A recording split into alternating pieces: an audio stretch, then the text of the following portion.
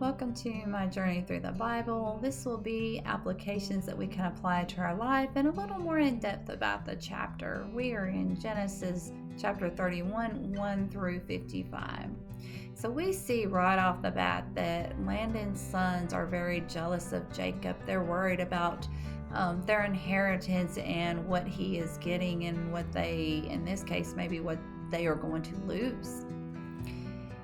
So in life, sometimes we can be that same way. We can look at other people's successes and be a little jealous. We compare their life to where we are at. I feel like that's a very dangerous game for us to play because we allow jealousy to have a foothold in our life if we compare ourselves with others.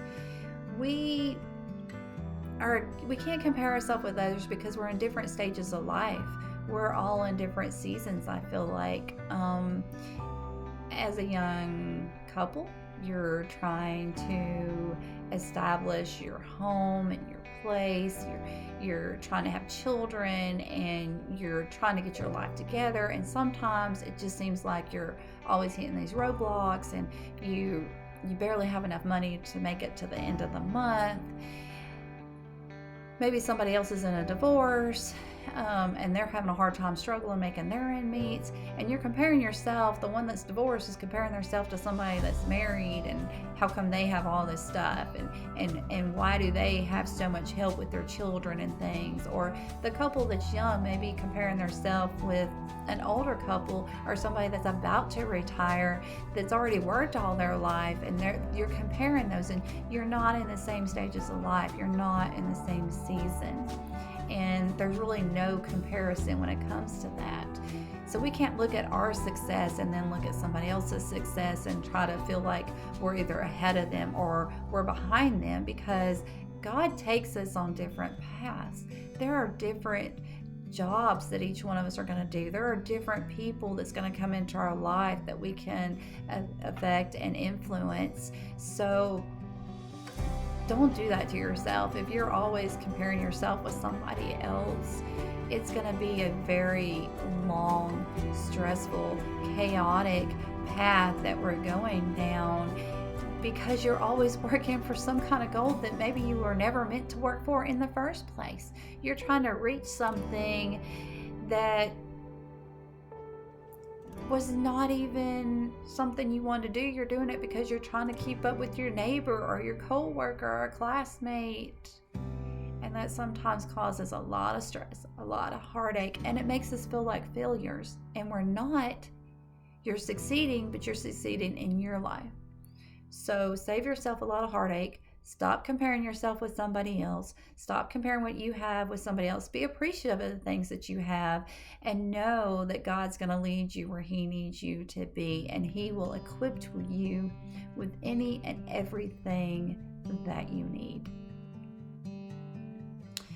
Now, Leah and Rachel were in agreement with Jacob in leaving, because they felt like they had been treated very poorly as well by their father. And I think part of that is in their custom and in their time, a lot of times the father would give their daughter a blessing when they were given off in marriage. And in this chapter or this section, it does not say anything that their father ever gave them anything. They didn't even give them a portion of something, a portion of land, a portion of money or something, but they didn't receive anything that we know of. And so they felt like if their dad wouldn't even give them something small when they got married, he probably never intended to give them any kind of inheritance. So they were willing to leave with Jacob and go and look for something new and something better. Now, as they start to leave, Rachel goes and grabs her father's idol. I know today sometimes people keep little stones or little statues that they feel like it protects their home or it gives good vibes, or maybe when they're trying to make a decision, it helps them to make that decision. And really, when it comes down to it, as long as whatever you have, you're not putting it above God, then you're probably going to be okay. the biggest thing is don't let that stone or that statue outweigh God's worth in your life, God's position in your life. We always want to turn to God first, not to a stone or some kind of a statue that's wooden or metal or whatever. Also, another thing is, during this time frame, I think sometimes there might be a statue or something, idols that were passed down from generations to generations. So Rachel's thought process in taking the idol could have been multiple different things. Maybe she knew that her dad would miss it and would come after her, and this would be her way of being able to tell him goodbye and to be able to get closure with since they just left. Maybe she just wanted to know that her father loved her and would come after her. And maybe it's just because down the road she was going to present that statue and that idol and say, here you go, this is claiming to part of my father's inheritance. We don't really know, but we do know that Jacob loved her so much, but he was willing to give her life up in an instant. Now, maybe because he didn't mean to. Maybe he didn't have all the facts. He didn't know everything. So he didn't know that Rachel had it when he said whoever has it would surely die.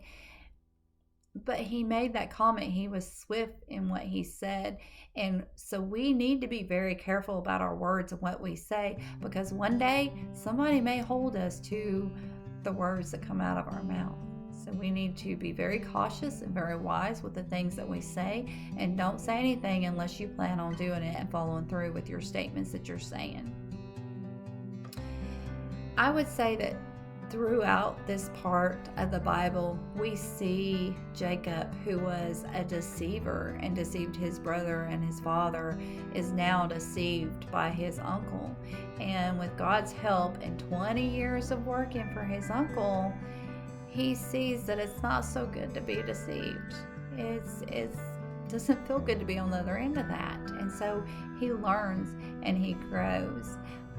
It also makes a statement that his wages was cut 10 different times during this time frame. Now, we only know of like 3 times that it swapped, because he was going to get Rachel, and then he gave him Leah, and he deceived him with that. Landon just wanted him to stay and continue to work because Landon was being blessed because of Jacob being there.